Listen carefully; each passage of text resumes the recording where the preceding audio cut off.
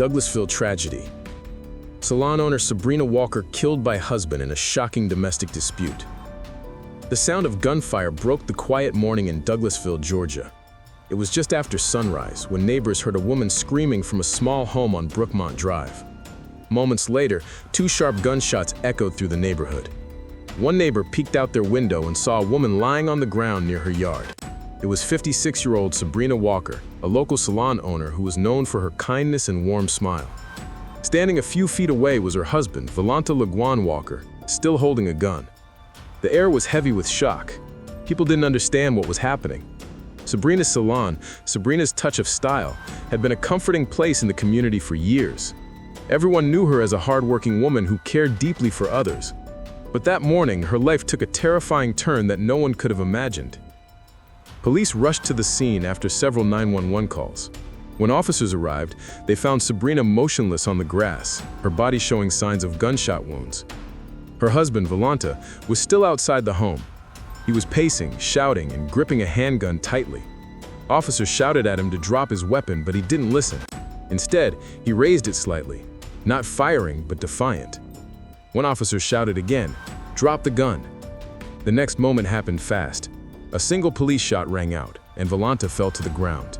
The entire scene went silent, except for the sound of police radios and a neighbor crying softly nearby. The officers moved in quickly. Paramedics tried to help both Sabrina and her husband, but it was too late for Sabrina. She was pronounced dead at the scene. Volanta was wounded and taken to the hospital under police watch. What had gone so wrong inside that peaceful home? People who knew them said they seemed like a normal couple. They had been married for years. Sabrina ran her salon and often spoke about her customers as if they were family. Volanta, 51, was quieter, but people said he could be friendly when he wanted to be. Still, some noticed that things between them had become tense in recent months. A close friend of Sabrina's later told reporters she said he had a temper, but she never thought it would come to this. Investigators from the Georgia Bureau of Investigation, GBI, were called to the scene that same morning. They began collecting evidence, marking bullet casings and taking photos. They also reviewed footage from nearby security cameras. What they found painted a picture of a violent domestic argument that had turned deadly. Neighbors reported hearing shouting before the gunshots. One said it sounded like a fight that went from loud words to screams. The GBI confirmed that the shooting began inside the house where the argument started, and then moved outside when Sabrina tried to escape. That's where she was shot. The police later confirmed that Sabrina was unarmed. She had run from the house trying to get away from her husband. It was a heartbreaking detail, one that made the tragedy even harder to understand. By the afternoon, news of the killing had spread across Douglasville. Local TV stations covered the story, and people gathered outside Sabrina's salon to lay flowers and candles. Her clients couldn't believe it. One woman said, "She just did my hair last week. She was so full of life." As the sun went down, investigators finished their work at the crime scene. Yellow police tape surrounded the small home where everything happened. Officers stood guard while the coroner's van took Sabrina's body away. That night, the GBI released a statement confirming the details. A domestic dispute, a husband with a gun, a woman trying to flee, and a tragedy that ended in death. But even as the facts became clear, the motive remained a mystery. Why did Volanta do it? Was it jealousy, rage, or something that had been building quietly for years? As police dug deeper into their lives, they found signs that the couple's relationship had been struggling. There were reports of arguments, tension about money, and talk of separation, but nothing on record suggested that it would end this way. Still, something about that morning had pushed Volanta over the edge. And as detectives prepared to interview him in the hospital, the biggest question hung heavy in the air. What exactly happened inside that house before the first shot was fired? The answer would come soon, and it would reveal a side of this quiet Georgia couple that no one had ever seen before. The hospital room was quiet, except for the steady beeping of a heart monitor. Volanta Lejuan Walker lay in the bed, his right arm wrapped in bandages from the bullet wound he received when police fired at him. Outside the door, two officers stood guard. He was not just a patient, He was a suspect in the murder of his wife, Sabrina Walker. Detectives from the Georgia Bureau of Investigation arrived mid-morning. They wanted answers. What had caused a 51-year-old husband to kill the woman he had shared his life with for decades? When the officers entered, Volanta looked pale but calm. His voice was quiet, almost cold. He said, "It got out of control. I didn't mean for it to go that far." The investigators pressed for more. He told them they had been arguing that morning about money, about bills, the salon, and rumors that Sabrina wanted to leave him.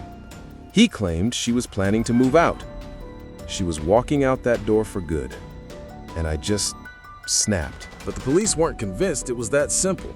They had already interviewed neighbors who said that shouting and fighting had been happening for weeks. One neighbor even said that just a few days before the shooting, she heard Sabrina yelling, "I can't live like this anymore." At Sabrina's salon, investigators found more clues. Inside her small office was a packed overnight bag. There was also a notebook with handwritten pages that looked like a personal journal. In it, Sabrina wrote about her fears. One in she read, "I'm scared he'll hurt me one day. He gets angry so fast." When investigators read those words, the case stopped being just about a heated argument. It became a story of fear, control, and a woman trying to escape. That afternoon, the community gathered again outside Sabrina's Touch of Style. Dozens of candles flickered in the wind. Friends and clients spoke softly about the woman they had lost. A customer who had known her for years said, "She was the light in this neighborhood. She made people feel beautiful, inside and out." But behind the sadness was anger. Anger at how often these tragedies happen. Local news stations reported that domestic violence cases in Georgia had been rising that year. Sabrina's death was another painful reminder. Back at the police station, GBI agents continued piecing together the final moments before the shooting. They learned that around 7:30 a.m., Sabrina called her friend. She sounded nervous. She said Volanta had been up all night arguing and that she was thinking about leaving the house for good. Minutes later, that friend heard sirens outside her own window and saw police cars racing down the street. The investigators traced the timeline. 7:30 a.m., Sabrina called her friend. 7:45 a.m., neighbors heard shouting. 7:47 a.m., 2 gunshots. 7:50 a.m., police arrived. Everything had unfolded in less than 20 minutes. Meanwhile, Volante's family members were in disbelief. His sister told reporters, "That's not the brother I know. He must have lost his mind in that moment." But others whispered that his temper had always been there, just hidden behind closed doors. The next day, the GBI announced formal charges. Volanta Lejuan Walker would face murder and aggravated assault. He would remain under police watch in the hospital until he was stable enough to be moved to jail. As word spread, the case began gaining attention across Georgia. News outlets ran headlines like "Douglasville man charged in wife's murder" and "Salon owner shot in domestic dispute." Social media filled with messages of heartbreak and outrage. People shared photos of Sabrina smiling in her salon, standing beside happy customers. Yet even with the facts laid bare, something about the story still didn't feel complete. Investigators wanted to know if there were warning signs that could have prevented this, and whether anyone had tried to help Sabrina before it was too late. In the coming days, they would find text messages that shed more light on the truth. They would also discover one chilling voicemail Sabrina left the night before she died. A message that revealed her final thoughts and fears. That recording would change how everyone saw the case and prove that this tragedy didn't come from nowhere.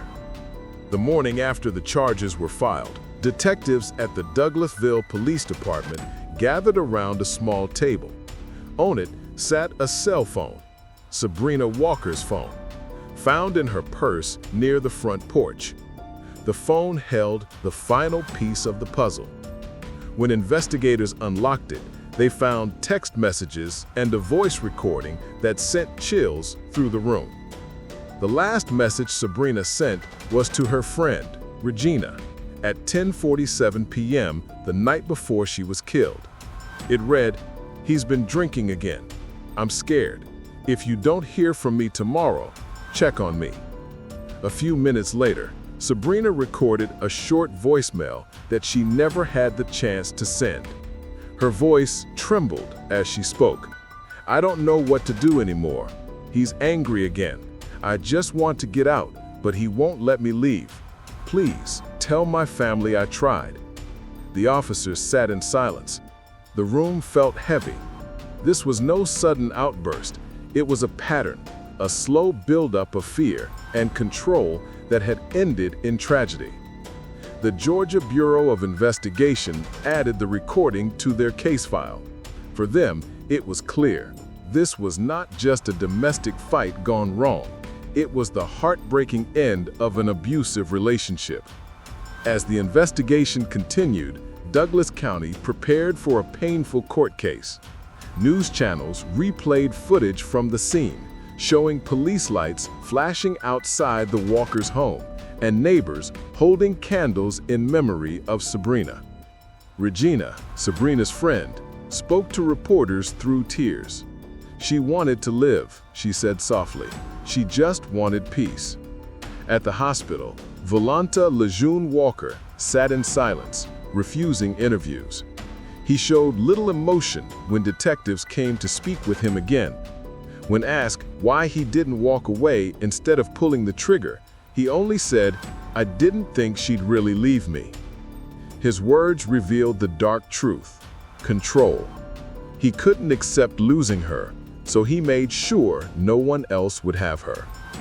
Within 2 weeks, Volanta was released from the hospital and booked into the Douglas County Jail. He appeared in court wearing a gray jumpsuit, eyes down, hands cuffed. The judge denied bond, citing the seriousness of the charges and the risk to the community. Outside the courthouse, people gathered holding signs that read, "Justice for Sabrina." They spoke about her laughter, her kindness, and how she made every customer feel special at her salon. One woman said, "She did my daughter's hair for prom. She didn't deserve this." As prosecutors built their case, they relied heavily on the texts, the voicemail, and witness statements from neighbors who saw the final moments unfold. Each piece told the same story. Sabrina tried to escape, and Volanta wouldn't let her. By the time the GBI closed their investigation, the case had shaken the small Georgia community to its core. It sparked new conversations about domestic violence, mental health, and the warning signs people too often ignore. Local news stations ran stories about shelters and helplines, urging anyone feeling unsafe to reach out before it's too late. Months later, Sabrina's salon reopened under a new owner. Above the mirror in the corner, a small framed photo of Sabrina smiled down. Someone had written on it in silver ink, "Gone but not forgotten." At the first memorial service, Regina spoke again. She told the crowd that Sabrina's story must never fade away. "Her life will save others," she said. "If one woman finds the courage to leave because of her story, then Sabrina's voice still lives." The courtroom trial was scheduled for later that year, but the community already knew the outcome in their hearts.